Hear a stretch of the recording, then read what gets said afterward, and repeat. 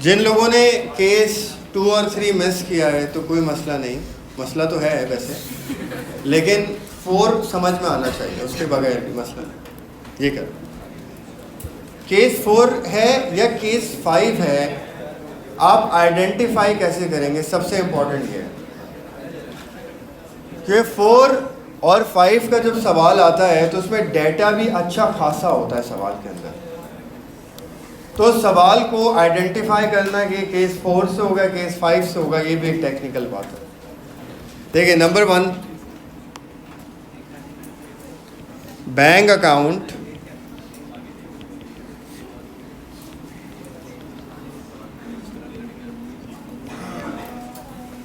Account is not given in question. पहली बात तो ये, एक एक केस को ना आप दिमाग में बिठाते रहें, इसको याद करते जाएं।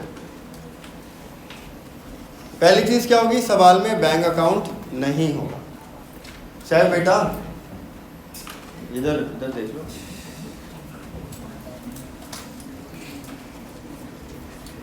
नंबर 1 बैंक अकाउंट नहीं होगा सवाल। फिर क्या होगा, बैंक की ट्रांजैक्शंस होंगी।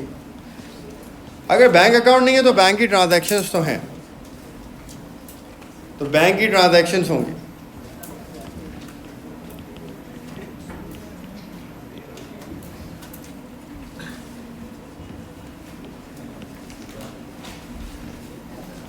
नंबर 3, कैश ट्रांजैक्शंस भी हैं सवाल में।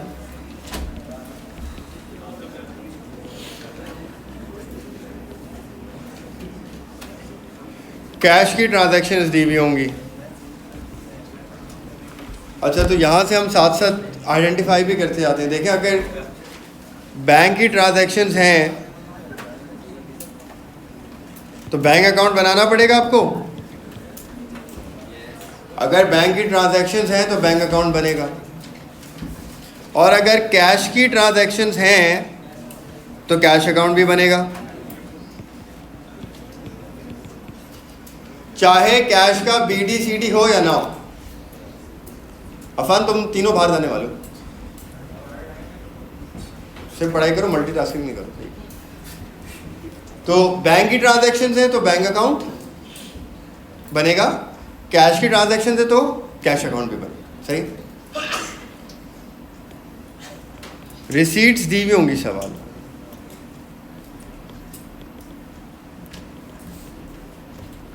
Receipts are given in question. Receipts दी हुई हैं आपको सवाल। नंबर 5, अभी जो 5वीं बात है ना, ये बताएगी कि केस 4 है या केस 5 है। 5वीं बात बताएगी। सही है। 5वीं बात में ये कि 2 सिनेरियोज होंगे इन सारी चीज़ों के बाद, मतलब नंबर 1, नंबर 2, नंबर 3, नंबर 4, इन चारों चीज़ें होने के बावजूद 5th चीज़ एक ऐसी चीज़ है जिससे हमें पता चलेगा केस 4 है या केस 5। अगर देखें, if cash banked is not given in question। क्या है, अगर कैश बैंक नहीं दिया हुआ सवाल में, अगर सवाल में कैश बैंक नहीं दिया हुआ तो ये केस 4 है। और अगर सवाल में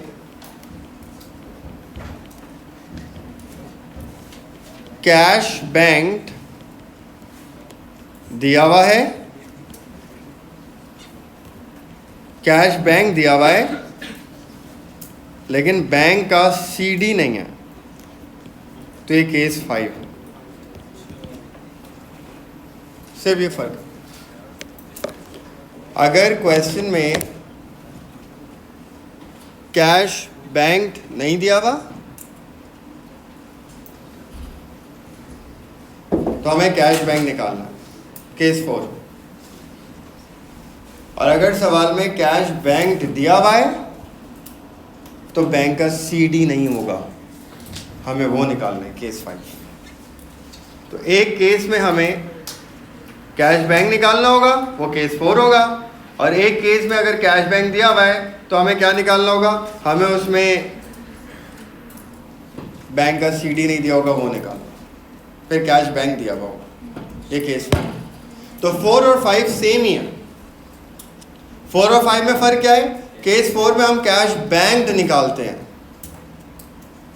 और केस 5 में हम लोग क्या करते हैं, कैश बैंक दिया हुआ होता है तो हम बैंक का CD निकालते हैं, वो नहीं दिया हुआ। सही है। तो अगर हम थोड़ा सा रिपीट करें, केस नंबर 1, बैंक का टी अकाउंट सवाल में दिया हुआ है, रिसीट भी दी हुई है, बस आप SLC बनाएं, सेल निकाल लें। केस नंबर 2, आपको बैंक की ट्रांजैक्शंस दी हुई हैं, बैंक अकाउंट नहीं दिया हुआ, रिसीट नहीं दी हुई, कैश ट्रांजैक्शन भी नहीं है। केस 2 कैश की ट्रांजैक्शन नहीं। आप केस 2 में क्या करेंगे, बैंक का टी अकाउंट बनाएंगे और रिसीट निकाल लेंगे। केस नंबर 3, बैंक नहीं है, रिसीट नहीं है, बैंक की ट्रांजैक्शन है और कैश की भी ट्रांजैक्शन है। कैश की ट्रांजैक्शन है, कैश का BD/CD हो ना हो, अगर कैश की ट्रांजैक्शन है कैश अकाउंट बनेगा, बैंक अकाउंट भी बनेगा। फिर बैंक से जो निकलेगा वो क्या होगा, कैश बैंक होगा, क्योंकि रिसीट कहाँ से निकलेगी, कैश अकाउंट से निकलेगी, SLC में जाएगी, सेल आ जाएगी। केस 4, आपको बैंक अकाउंट नहीं दिया हुआ, बैंक की ट्रांजैक्शन है, कैश की ट्रांजैक्शन है, रिसीट दी हुई है, रिसीट दी हुई है।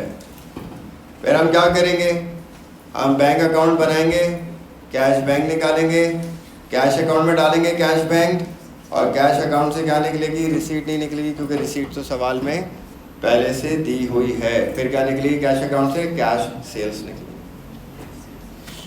केस 5, बैंक अकाउंट नहीं है, बैंक की ट्रांजैक्शन है, कैश की ट्रांजैक्शन है, कैश बैंक भी है, रिसीट भी है।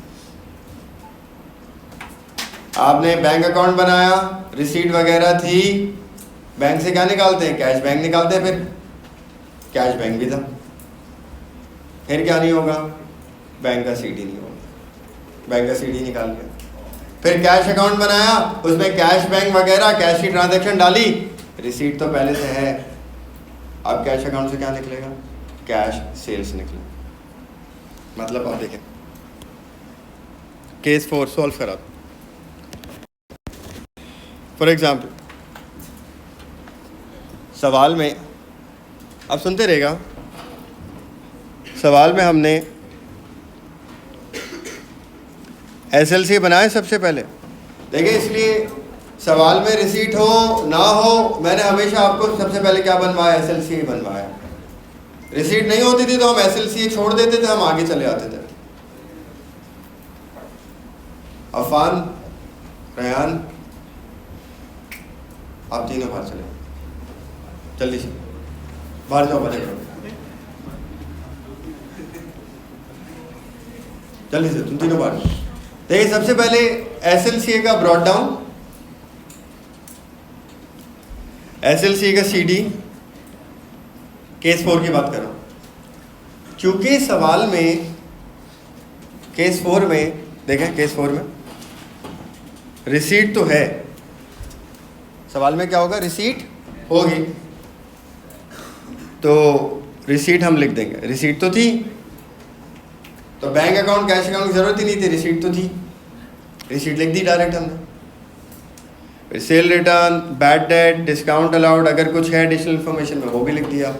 तो बगैर कोई टी अकाउंट बनाए सिर्फ SLC बनाया और वहाँ पर क्रेडिट सेल आ गई। केस 4 में आपने BD लिखा, CD लिखा, रिसीट भी आपको सवाल में मिल गई, रिसीट भी डाल दी, सेल रिटर्न, बैड डेट डाल दी, अकाउंट बैलेंस करा के आगे क्रेडिट सेल आ गई। कोई और टी अकाउंट नहीं बनाया, सिर्फ SLC बनाया, क्योंकि रिसीट थी इसलिए आपके पास क्रेडिट सेल आ गई। फिर बैंक अकाउंट बनाया। अब बैंक अकाउंट हम क्यों बना रहे हैं, सेल तो आ चुकी है, नहीं, हमारे पास पूरी सेल नहीं आई है ना, हमारे पास सिर्फ क्रेडिट सेल आई है। बैंक क्यों बना रहे? क्योंकि बैंक की ट्रांजैक्शंस हैं, बैंक अकाउंट बनेगा। हमने बैंक का ब्रॉड डाउन लिखा। बैंक के ब्रॉड डाउन की क्या लॉजिक है? बैंक का ब्रॉड डाउन उसी जगह पर आता है जहाँ पे दिया हुआ होता है। और बैंक के कैरी डाउन की क्या लॉजिक है? बैंक का सीडी वहाँ नहीं आता जहाँ पे दिया हुआ होता है। सीडी कहाँ आता है? ऑपोजिट साइड पर आता है हमेशा। सो हमने सीडी पे डेबिट लिखा हुआ था, तो सीडी हमने कहाँ लिख दिया? क्रेडिट पे। बैंक ट्रांजैक्शंस में पेमेंट्स नहीं, सुनते रहे। एक पेमेंट टू सप्लायर थी, वो लिखी हमने। पेमेंट फॉर एक्सपेंसेस थी, वो लिखी हमने। नॉन करंट एसेट के पैसे दिए, वो लिखे हमने। ड्राइंग्स वगैरह थी, वो लिखी हमने। और रिसीट्स दी हुई थी। रिसीट में पैसा आएगा जाएगा? रिसीट का मतलब क्या है? रिसीट में डेटर से पैसे हमें मिलेंगे जाएंगे? तो रिसीट में पैसे आएंगे ना। तो रिसीट दी हुई थी सवाल में, पैसे आते हैं, रिसीट भी हमने यहाँ लिख दी। लोन भी मिला हुआ था, लोन भी हमने यहाँ लिख दी। तो बैंक का बीडी आ गया, बैंक का सीडी आ गया, बैंक की पेमेंट्स आ गई, सारी पेमेंट्स लिख दी। रिसीट में पैसे आ रहे थे, वो लिख दिए। लोन रिसीव हुआ था, लोन लिख दिया, सब लिख दिया बैंक अकाउंट। क्या कैश की ट्रांजैक्शन है सवाल में? केस 4, क्या कैश की ट्रांजैक्शन है सवाल में? अगर नहीं होती कैश की ट्रांजैक्शन और यही सिनेरियो होता, फिर अभी बैंक से क्या निकलता? अब सुने, अगर कैश की ट्रांजैक्शंस नहीं होती तो यहां से क्या निकलता? कैश सेल्स निकलता डायरेक्ट। कैश बैंक कब निकलता है? कैश बैंक सिर्फ तब निकलता अगर कैश की ट्रांजैक्शंस होती हैं तो। यही सारा सिनेरियो है, लेकिन कैश की ट्रांजैक्शन नहीं है। यही सारा सिनेरियो है, कैश की ट्रांजैक्शन नहीं है, तो यही कैश सेल है, खत्म। कैश का अकाउंट बनेगा ही नहीं, कैश ट्रांजैक्शन है ही नहीं। रिसीट क्यों नहीं निकली? रिसीट भी दी हुई है पहले से, फिर क्या निकला? Cash cell. हाँ, अगर कैश की ट्रांजैक्शन है, जो कि है, अगर कैश ट्रांजैक्शन हैं तो यहाँ से जो निकला वो क्या है? कैश बैंक है। तो ये जो फ़र्क आएगा वो कहलाएगा कैश बैंक। कैश बैंक आ जाएगा बैंक अकाउंट से। और क्योंकि कैश की ट्रांजैक्शंस हैं, इसलिए हम क्या बनाएंगे? कैश का अकाउंट बनाएंगे। कैश अकाउंट बना, कैश का BDCD है तो ठीक है, BDCD नहीं है तब भी कैश की ट्रांजैक्शन है, कैश अकाउंट बनेगा। कैश का BDCD आ गया, कैश बैंक, कैश बैंक आ गया, कैश के एक्सपेंसेस आ गए, जो कैश की ट्रांजैक्शन थी। कैश बैंक लिखना ज़रूरी है, वो मत भूलिएगा। जो बैंक से कैश बैंक निकाला है वो कैश अकाउंट के क्रेडिट पर आएगा, कैश के खर्चे वगैरह आएंगे। अब आप कैश अकाउंट बैलेंस करेंगे तो यहाँ पे आपके पास आ जाएगी कैश सेल्स। ये रिसीट नहीं होगी क्योंकि रिसीट पहले से है। अगर रिसीट पहले से है तो कैश सेल निकलेगी, और रिसीट नहीं है तो रिसीट निकलेगी। प्रायोरिटी आपको रिसीट को देनी है। जो प्रायोरिटी वाइज पहली कैलकुलेशन है, तो प्रायोरिटाइज हमें किसको करना है? रिसीट्स को करना।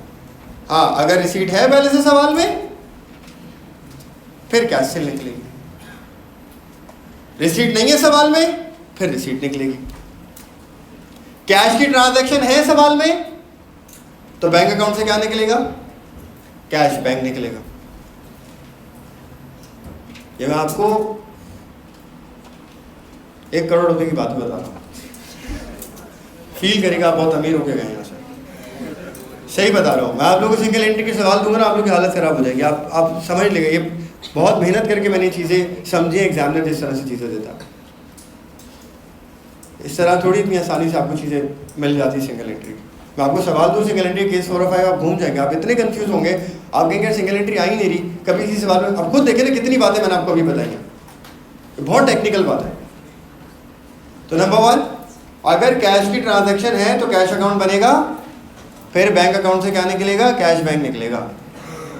हो गई एक बात।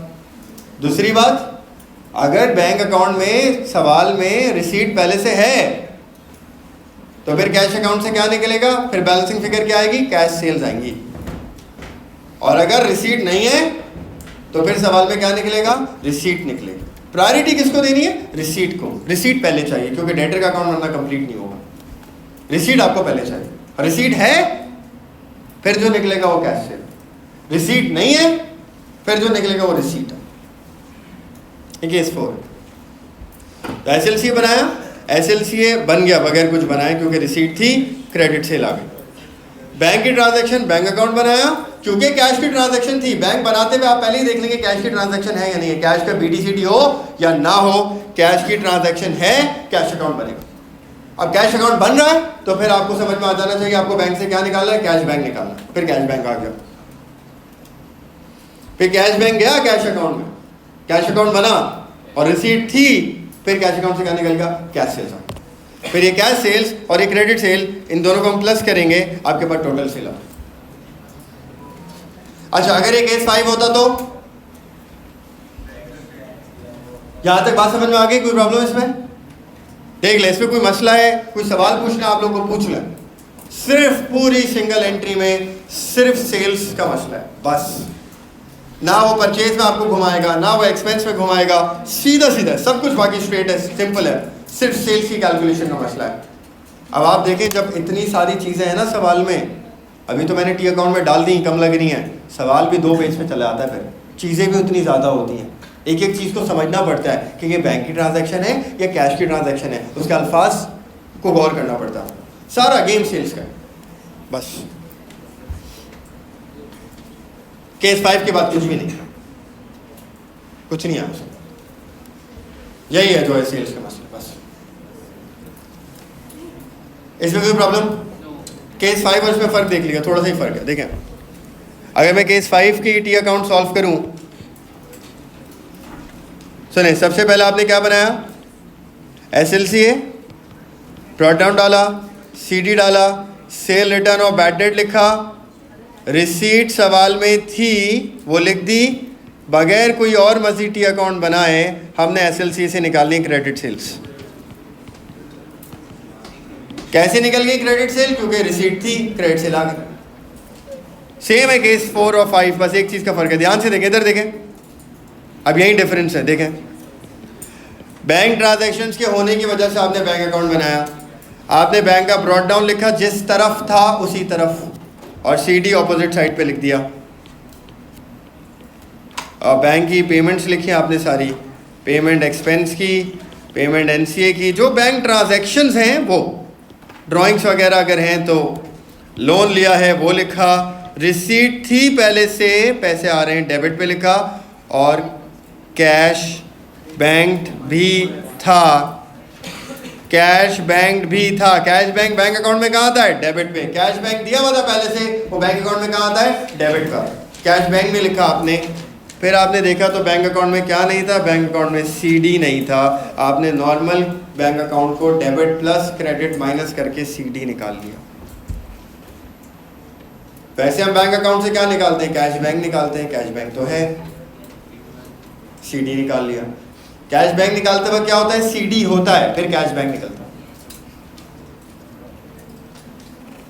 यहाँ कैश बैंक था, हमने सीडी निकाल लिया। सीडी क्यों निकाल लें? बैलेंस शीट में आएगा ना बैंक, उसके लिए सीडी निकाल लें। बैंक का सीडी होगा तो करंट एसेट में बैंक लिखेंगे ना बैलेंस शीट में। अच्छा, बैंक का सीडी आ गया, कैश ट्रांजैक्शन थी, कैश अकाउंट बनाया। ये वैसे ही रहेगा केस 4 भाई, इसमें फ़र्क नहीं है। कैश का बीडी, कैश का सीडी, कैश बैंक जो बैंक अकाउंट में था, कैश की ट्रांजैक्शन में जो खर्चे वर्चे थे, और फिर आपने कैश अकाउंट बैलेंस करा।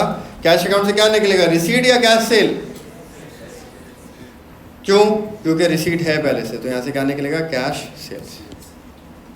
बस ये केस 4 और 5 में क्या फ़र्क है? एक में बैंक का सीडी है, कैश बैंक नहीं है, कैश बैंक निकाल लिया। एक में कैश बैंक है, क्या निकाल लिया? बैंक का सीडी निकाल लिया। बस ये फर्क सही है। अब आप लोग एक सवाल लिखें, सिर्फ सेल्स की एग्जांपल सॉल्व कर लेते हैं, बस आप सवाल लिखें, बाकी पास पेपर में सवाल आपको घर में करने के लिए दे दूंगा, वो आप सॉल्व कर लेगा। अभी बस एक आप केस लिखें जल्दी से।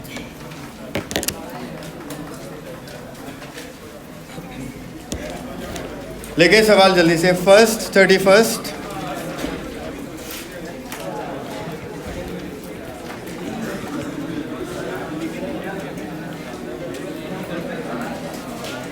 मैं डिक्टेट कर रहा हूं, आप लोग जल्दी जल्दी लिखें।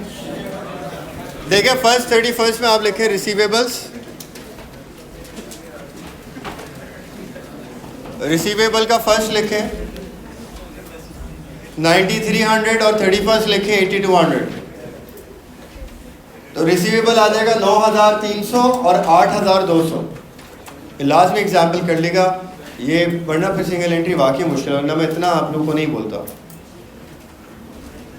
फर्स्ट 9300 और 31 8200 है, BDCD आ गया डेटर का, SLCA बन सकता है इससे। फिर बैंक का BD लिखें 5300 डेबिट और 7000 डेबिट, तो 5300 डेबिट और 7000 डेबिट। ब्रॉड डाउन वहीं आएगा जहां दिया हुआ है, CD ऑपोजिट साइड पर आएगा। कैश लिखें, कैश दिया हुआ है 2100 और 3300। कैश तो एसेट ही होता है ना, कैश का ब्रॉड डाउन किधर आएगा, एसेट है, डेबिट पे CD का आएगा क्रेडिट पे। इसके बाद बैंक ट्रांजैक्शंस, बैंक ट्रांजैक्शंस पे लिखें payment to suppliers 29,000, payment for expenses 15,300, payment for non current asset 11,000, receipts from debtors, receipts दी हुई हैं यानी कि डायरेक्ट SLCA बन सकता है। Receipt from debtors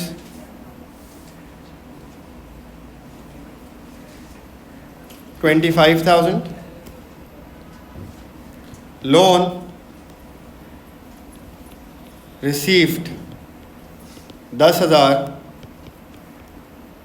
drawings 19,300। ये आ गई bank transactions. Cash transactions, payment for expenses 6,000, purchases, ये आ गई कैश परचेजेस 5,000। इसके बाद एडिशनल इंफॉर्मेशन लिख लें,